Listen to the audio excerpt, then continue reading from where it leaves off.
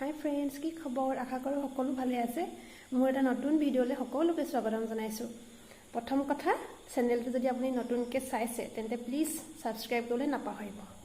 বাৰু ভিডিঅ'টো ষ্টাৰ্ট কৰোঁ। থাম্বনেইল দেখি হয়তো গম পাইছেই যে BEd কোৰ্চটোত ইংলিছ মিডিয়াম নে আছামিছ মিডিয়াম কোনটো ল'ব পাৰি। নিঃসন্দেহে নিসংকোচে কৈছোঁ, দুয়োটাই নিজৰ পচন্দ অনুসৰি ল'ব পাৰে। মই যোৱা বছৰ 2023 চনত ডিব্ৰুগড় ইউনিভাৰ্চিটিৰ আণ্ডাৰত থকা, ডিব্ৰুগড়তে আছে, চন্দ্ৰকান্ত হাজৰিকা BEd কলেজৰ পৰা BEd পাছ আউট হৈছোঁ। মই নিজৰ অভিজ্ঞতাৰ পৰা কৈছোঁ, মই আছামিছ মিডিয়াম আছিলোঁ। আছামিছ মিডিয়ামত লিখিলেও খুব ধুনীয়া মাৰ্কছ পাব পাৰি, 80 পাব পাৰি, ইমানেই ক'লোঁ। আপোনালোকে যদি বিচাৰে, যদি কমেণ্টত কয় কোনখন পেপাৰত কিমান মাৰ্কছ পাইছিলোঁ, মই জনাবলৈ চেষ্টা কৰিম। মানে এইটো ক'ব বিচাৰিছোঁ যে আছামিছ মিডিয়ামে কোনো ধৰণৰ সমস্যাৰ সৃষ্টি নকৰে। যদি আপুনি কোনোবা এখন পেপাৰ ইংলিছত লিখোঁ বুলি বিচাৰে তেতিয়া লিখিব পাৰে, বা আছামিছত লিখোঁ বুলি যদি ভাবে আছামিছতো লিখিব পাৰে। আৰু কিছুমানে কয় যে আছামিছ মিডিয়াম ল'লে মেটেৰিয়েলছ পাবলৈ প্ৰব্লেম হয়। কোনো ধৰণৰ প্ৰব্লেম নহয়, সমস্যা নহয়।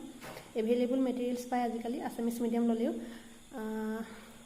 আৰু এটা ক'ব বিচাৰোঁ যে এছাইনমেণ্টবিলাক ইংলিছতো দিব পাৰে, অসমীয়াতো দিব পাৰে। যিহেতুকে দুইটা মিডিয়াম থাকে কলেজত, দুইটা মিডিয়ামে এলাউ কৰে। এছাইনমেণ্টবিলাক দুটা নেটত এভেইলেবল পালে মানে তেতিয়া ইংলিছত দি দিয়া হয়, কিন্তু মই সম্পূৰ্ণভাৱে অসমীয়াতে লিখিছিলোঁ। আৰু এটা কথা, যদি কুৱেশ্যনটো কি বিচাৰে, আমি যদি খুব ধুনীয়াকৈ আনচাৰ্ছবিলাক লিখোঁ, এনেও নাম্বাৰ পাব, হয়নে নহয়? মাৰ্কছ কোনো কাটিব নোৱাৰে। সেইকাৰণে কৈছোঁ আছামিছ বা ইংলিছ নিজৰ পচন্দমতে আপুনি ল'ব পাৰিব। আমাৰ কোৰ্চটোৰ যিগৰাকী টপ হৈছিলে তেওঁ আছামিছ মিডিয়াম আছিলে। খুব ধুনীয়াকৈ তেওঁ লিখিছিলে। আৰু মই RTIও মাৰিছিলোঁ। কোনখন মানে এখন পেপাৰত অকণমান কম আহিছিলে, কম মানে 78 আহিছিলে, মই RTI মাৰিছিলোঁ। মাৰ্কছবিলাক কেনেকৈ দিয়ে মই চাব বিচাৰিছিলোঁ। খুব ধুনীয়াকৈ মাৰ্কছ দিছে। আপোনালোকে কোনো ধৰণৰ মানে ভয় নাখাব, অসমীয়াটো ধুনীয়াকৈ ল'ব পাৰিব। মোৰ লগৰ এজনী কি আছিলে, ইংলিছ মিডিয়াম লৈছিলে। পৰীক্ষাৰ 10 দিনৰ আগত আকৌ তাই মেথড চেঞ্জ কৰিলে। তাই মানে নিজে আৰাম নাপালে ইংলিছটো, তাৰপাছত অসমীয়া লিখিলে। অসমীয়াতে তাই খুব ধুনীয়া মাৰ্কছ পালে। আপোনালোকে যদি বিচাৰে কমেণ্টত জনাব কোনবিলাক কিতাপ মই ফ'ল' কৰিছিলোঁ বা কেনেদৰে লিখিছিলোঁ। মই মোৰ পিছৰ ভিডিঅ'ত মই দিবলৈ চেষ্টা কৰিম। আৰু BEdৰ micro' teaching, macro' teaching, lesson plan, TLM, chart, model, content base activity, মানে মেক্সিমামখিনি মোৰ চেনেলটোত আপোনালোকে পাই যাব।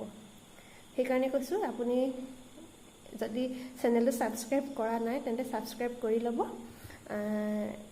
তেতিয়া আপোনাৰ মোৰ চেনেলটোৰ পৰা অকণমান সুবিধা হ'ব বুলি মই ভাবোঁ। মোৰ নিজৰ কণ্টেণ্ট বেছ এক্টিভিটি আমাৰ টিচাৰে চেক কৰাৰ যিখিনি বেষ্ট, মানে যিখিনি ভাল হৈছিলে, মই সেইখিনি মোৰ নিজৰ ইউটিউব চেনেলত দি থৈছোঁ। আৰু মই আছামিছত লিখি খুব ধুনীয়া এটা মই নিজৰ পচন্দ হোৱাকৈ এটা ষ্টেণ্ডাৰ্ড বুলি ক'ব পাৰোঁ। আৰু মই নিজে সুখী হ'ব পৰাকৈ পাৰ্চেণ্টেজ মই পালোঁ আছামিছ মিডিয়াম লৈ। সেইকাৰণে কৈছোঁ আছামিছ মিডিয়াম ল'লেও খুব ধুনীয়াকৈ মাৰ্কছ দিয়ে। সেইকাৰণে কৈছোঁ, মোৰ থাম্বনেইল দেখি আপোনালোকে গম পাইছেই, আছামিছ মিডিয়াম ল'লেও আপুনি খুব ধুনীয়া মাৰ্কছ পাব। মোৰ নিজৰ অভিজ্ঞতাৰ পৰা কৈছোঁ দেই। আৰু মোৰ ভিডিঅ'টো শেষলৈকে চোৱাৰ কাৰণে বহুত বেছি ধন্যবাদ। আৰু যদি এনেকুৱা ধৰণৰ BEdৰ কিছুমান আপোনালোকে ইনফৰ্মেশ্যন জানিব বিচাৰে তেন্তে মই দিবলৈ চেষ্টা কৰিম। আৰু আপোনালোকে মোক কমেণ্টত জনাব। Bye bye.